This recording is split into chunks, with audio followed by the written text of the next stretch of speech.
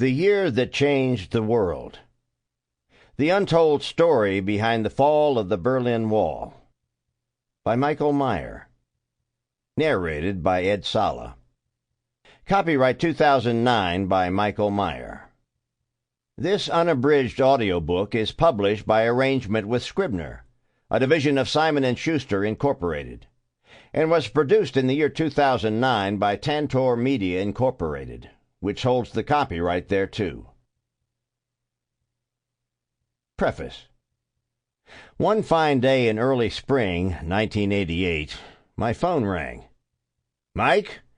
asked our chief of correspondence. "How would you like to go to Germany?"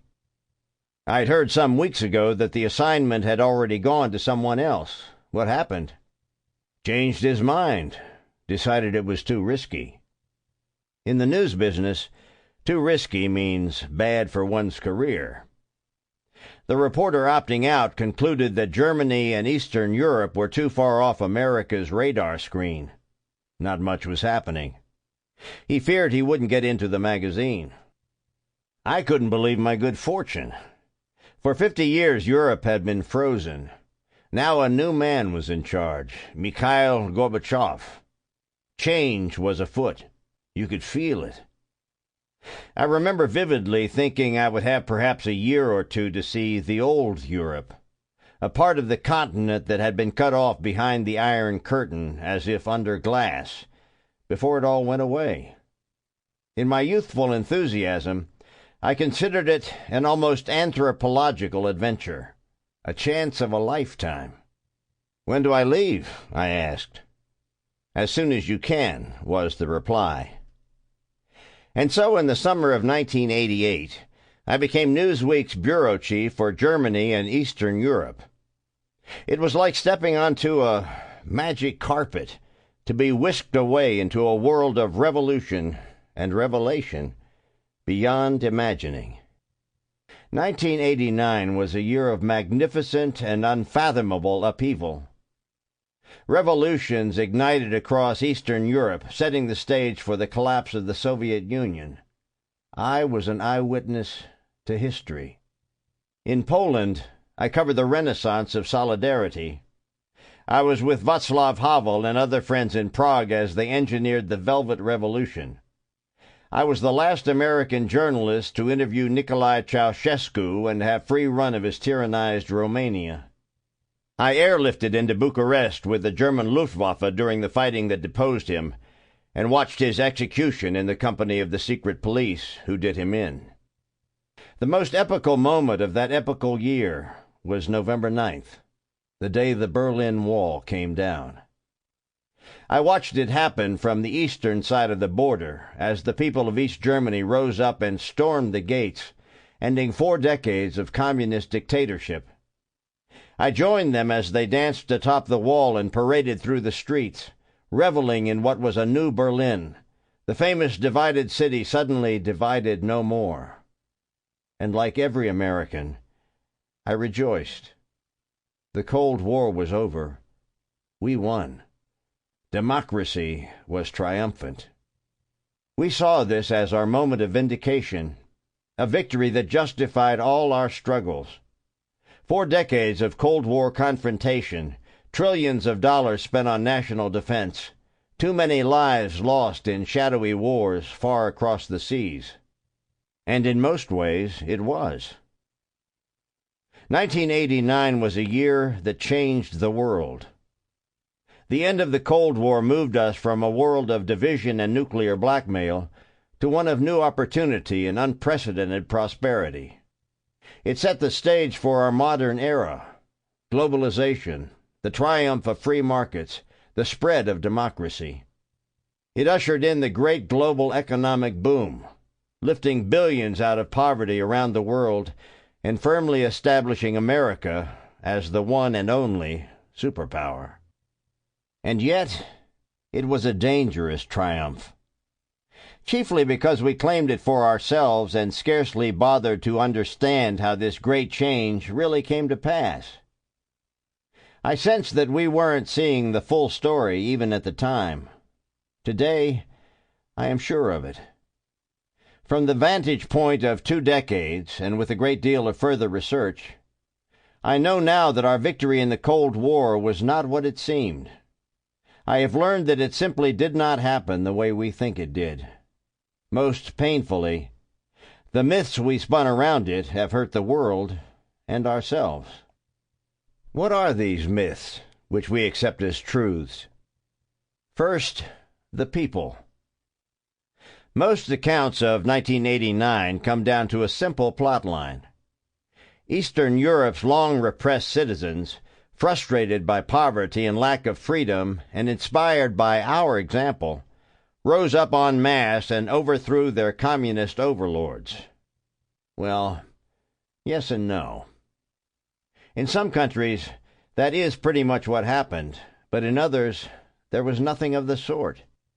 The most interesting, and certainly most decisive, subplot in this year of revolution was the tale of a small band of East European buccaneers, a mere handful of 5 or 6 top Hungarian leaders with little popular support, who set out to bring down communism, not only in their own country, but across the East Bloc.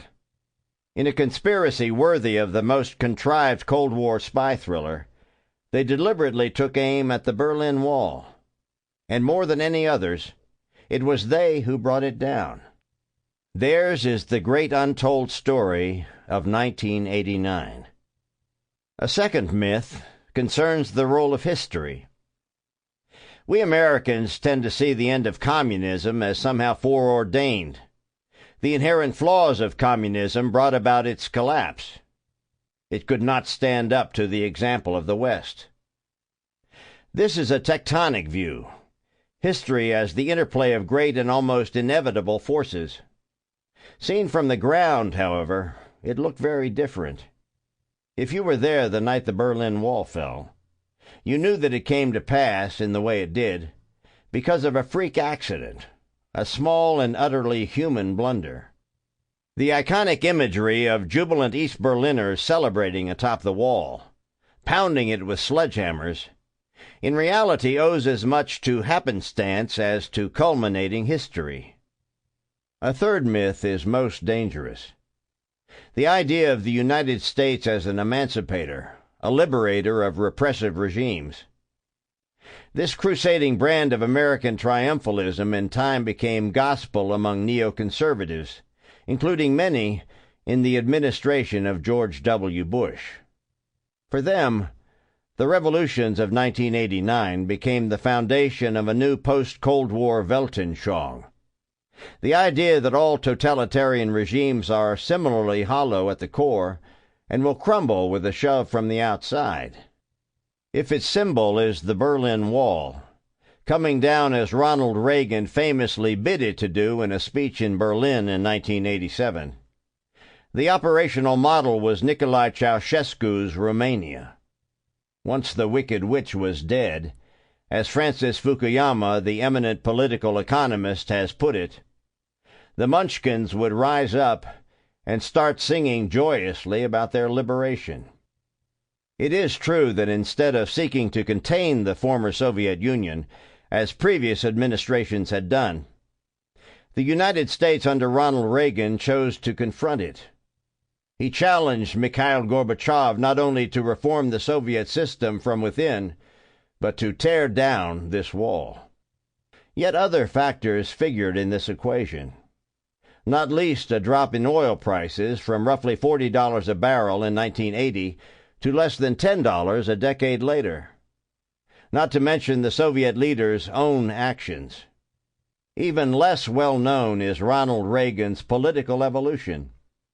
From hardened Cold War warrior, he softened both his rhetoric and his policies to the point where his administration became the very model of enlightened diplomatic engagement, the antithesis of hard right confrontation. Without question, the United States uniquely contributed to the end of the Cold War.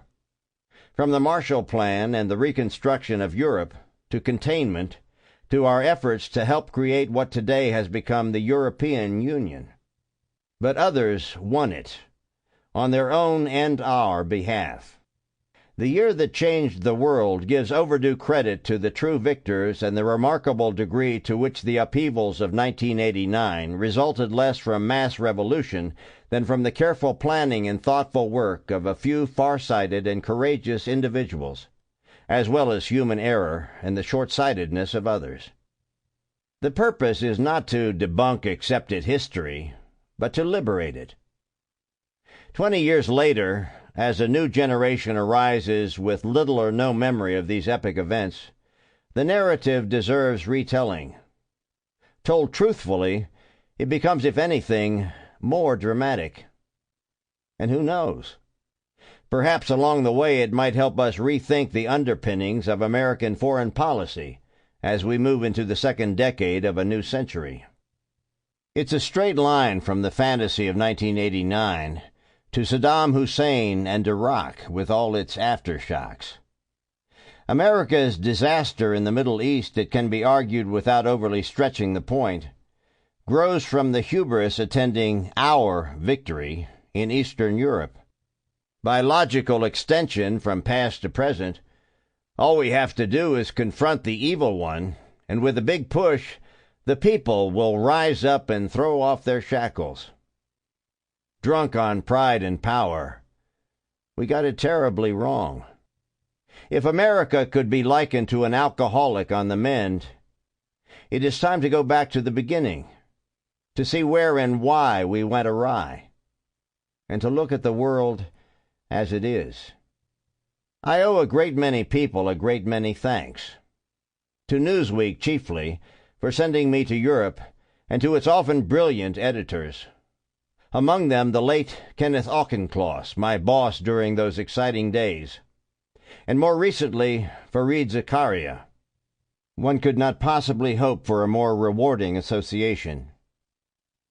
The American Academy in Berlin made this book possible, first by awarding the fellowship, where I wrote an early draft in 1999, and second in helping to shape its themes. For this I am eternally grateful to Richard Holbrook, Gary Smith, and Everett Dennis. Friends, colleagues, and loved ones played no less a role. Colin Robinson, who took the project under his wing at Scribner, was a most able editor. My wonderful wife, Suzanne, more than once saved me from scrapping the project. She was its most stalwart champion. This book would not exist without her. Others inspired me to undertake it in the first place, and helped me to see much that I would otherwise not have. I do not know how to begin to repay such gifts. Chapter 1. Genesis. Every great nation has its founding myths. Every true leader has a defining vision. Every person has his or her story, the narrative that gives shape and meaning to one's life. The problem begins when life and the narrative fall out of joint. The greater the disjuncture, the more fatal the problem. George W. Bush idolized Ronald Reagan. From the outset, he modeled his presidency upon him. His first inaugural deliberately echoed Reagan's patented blend of stirring rhetoric, moral clarity, and iron conviction in basic principles. Advisers drew the comparison at every opportunity. Reagan's son, they called him, and spoke reverently of how their man was impregnated with Reagan's DNA. Bush put the former president ahead of even Winston Churchill and Theodore Roosevelt, the gold standard in his personal pantheon of heroes. Eulogizing him in 2004, he evoked a legacy he clearly saw as his own. He acted to defend liberty wherever it was threatened. He called evil by its name. The famous Berlin Wall was the concrete symbol of communism and its hated masters. Among those who swung their hammers to bring it down, said Bush, there was no doubt. The hardest blow had been struck by President Ronald Reagan. As Bush saw it, Reagan's world was one of moral absolutes, right and wrong, black and white. As Reagan stood up to confront communist tyranny, so would he stand up to a more modern challenge. The evil empire became the new president's war on terror, the axis of evil. Yet the essential narrative of a grand struggle against an implacable enemy of freedom remained unchanged. Standing aboard the USS Lincoln on May 1st, 2003, Bush declared mission accomplished in Iraq, a triumph for liberty in the tradition of Roosevelt's Four Freedoms, the Truman Doctrine, and Ronald Reagan's challenge to an evil empire. In a 2005 speech to the National Endowment for Democracy, delivered in the Reagan Amphitheater, he spoke of how the fight against Islamic radicalism resembles the struggle against communism in the last century. He drew a staccato series of comparisons. Like the ideology of communism, our new enemy teaches that innocent individuals can be sacrificed. Like the ideology of communism, our new enemy pursues totalitarian aims. Like the ideology of communism, our new enemy is dismissive of free peoples. On he went. Evocations of the threat faced by Ronald Reagan, coupled with invocations to answer history's call in shouldering today's global campaign of freedom. To critics who considered the war in Iraq to be a mistake, Bush offered a retort grounded in a Reagan antecedent.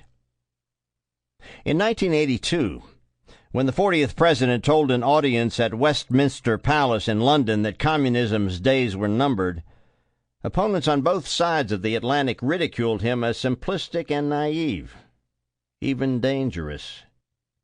Again and again, as his political troubles deepened, Bush returned to precedent in answering those who attacked him and his policies.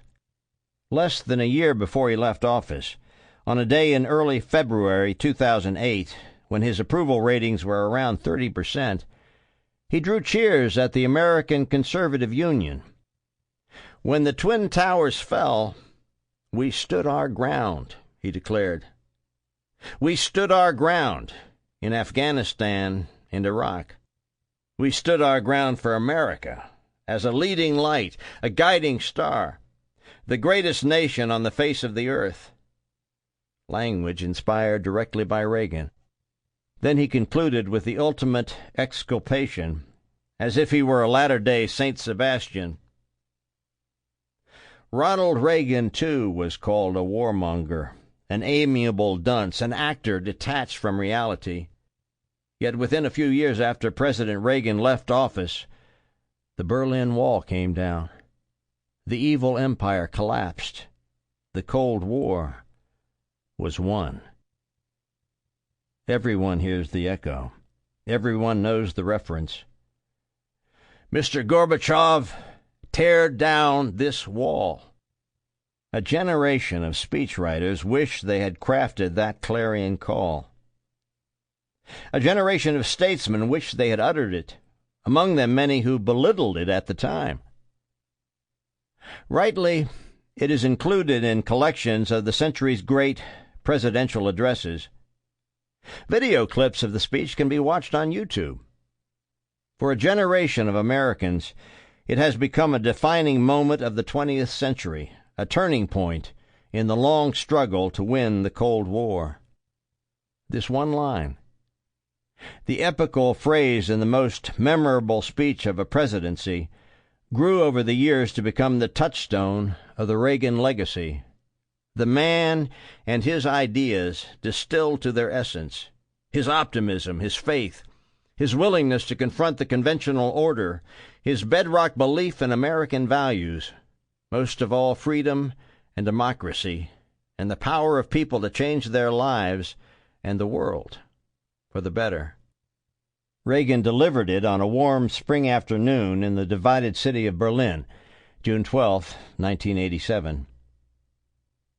Behind him rose the famed Brandenburg Gate, its arches and columns still blackened and pockmarked from the smoke and shrapnel of the last European battle of World War II.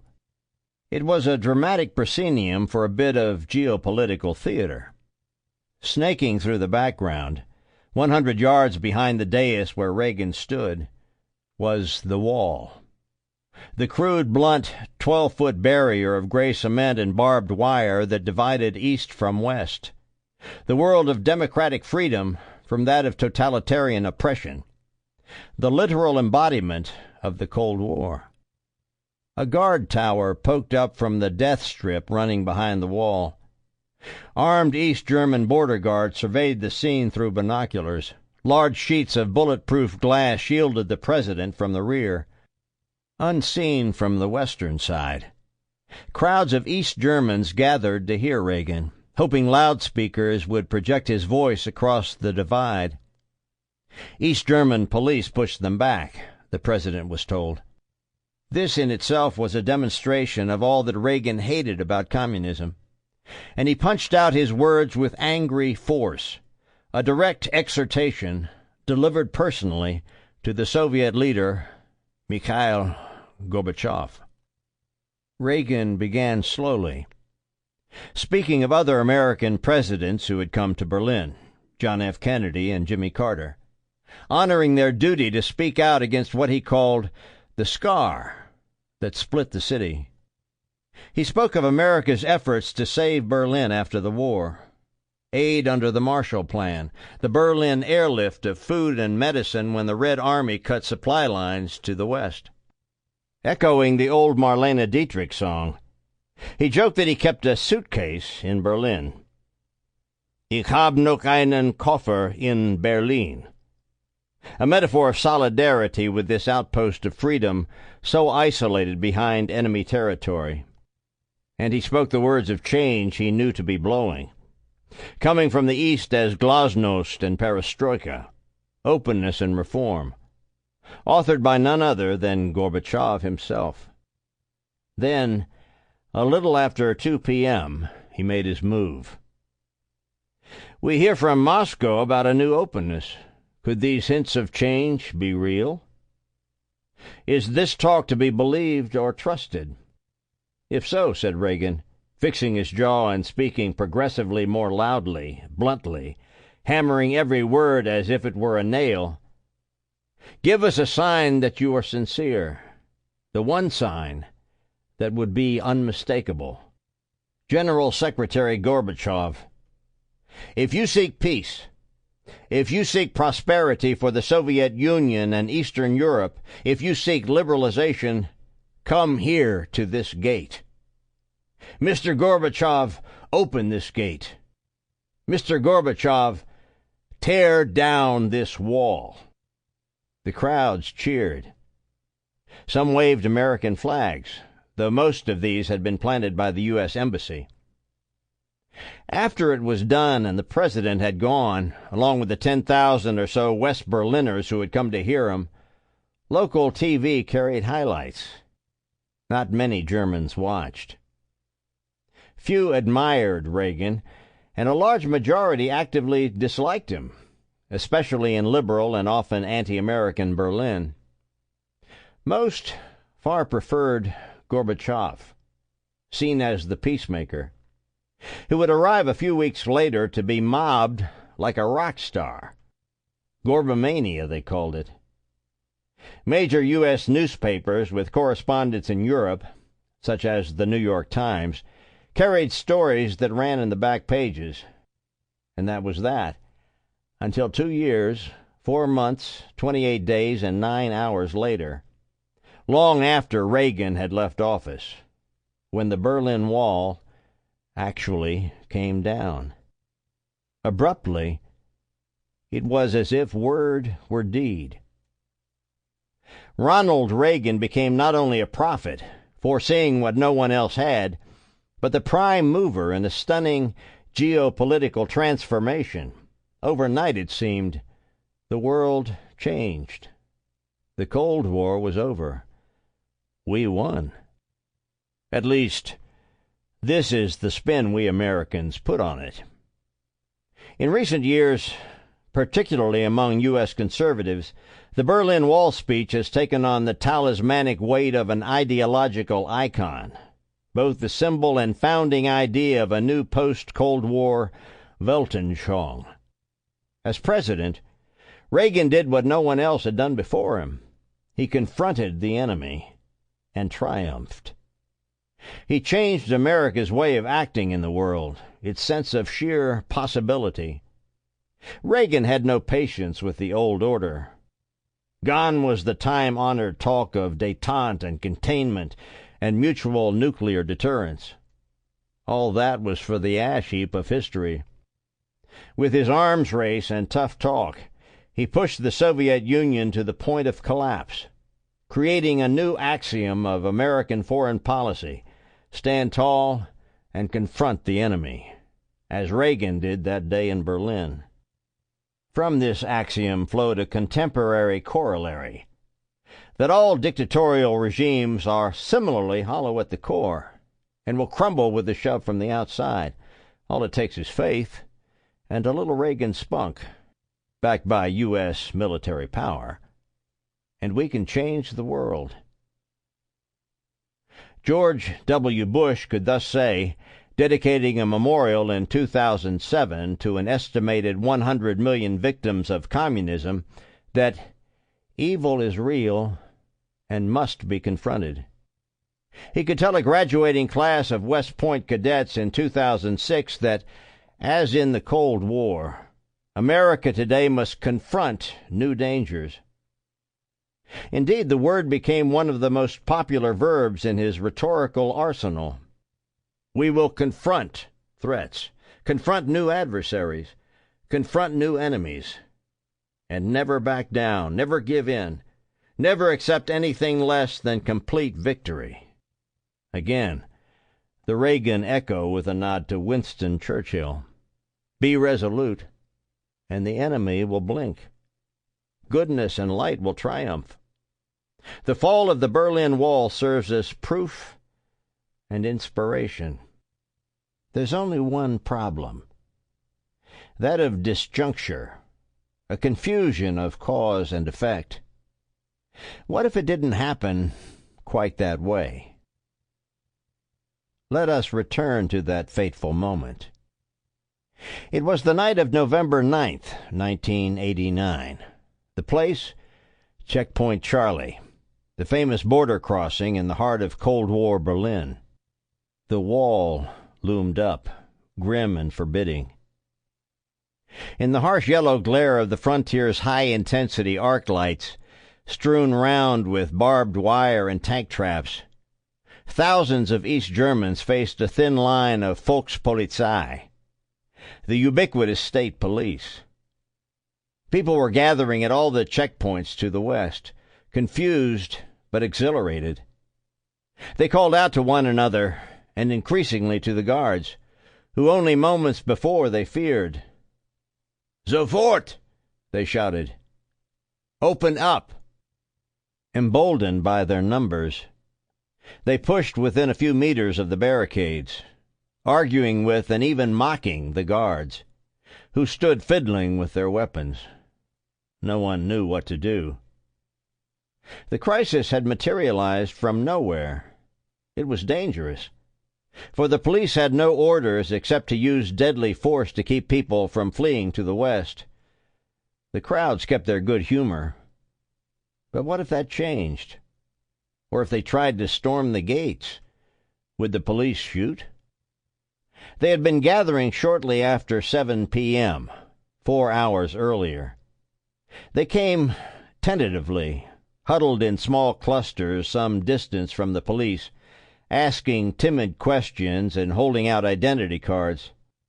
But as their numbers grew, first by the dozens, then by the hundreds, finally by the thousands, they grew bolder. By 10 p.m. they had pushed to within a few paces of the guards faced off before them. And still they kept coming, channeling toward the checkpoint from 3 converging streets like tributary rivers building up behind a dam. The multitude of their voices shouted as one, "Open up! Open up!" Past the police and their guard dogs, past the watchtower and the curling barbed wire of the infamous death strip, on the other side of the wall came an answering call from an equally boisterous mob of West Germans, Come over! Come over! Blazing television lights suddenly flipped on.